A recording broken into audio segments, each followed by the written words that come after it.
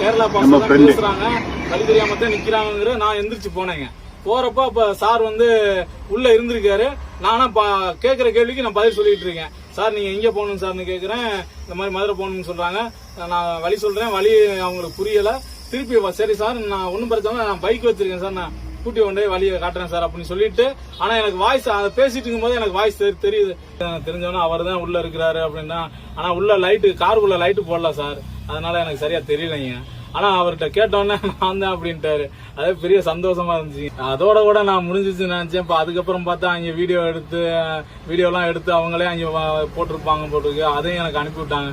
அதை பாக்குறப்பெல்லாம் ரொம்ப சந்தோஷமா. இப்ப எத்தனையோ லட்சம் பேர் பார்த்துட்டு என்னோட தெரிஞ்ச சொந்தக்காரங்கள்ல இருந்து எல்லாம் கூப்பிட்டு பேசுறாங்க. உச்சபட்ச நடிகரா இருக்காரு சாரு.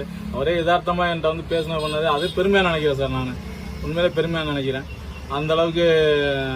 ஆனா சூப்பர் ஸ்டாருங்கிறதுக்கு ஏத்த மாதிரி கடவுள் அவரை வச்சிருக்காரு. அதே பெருமையா இருக்கு சார்.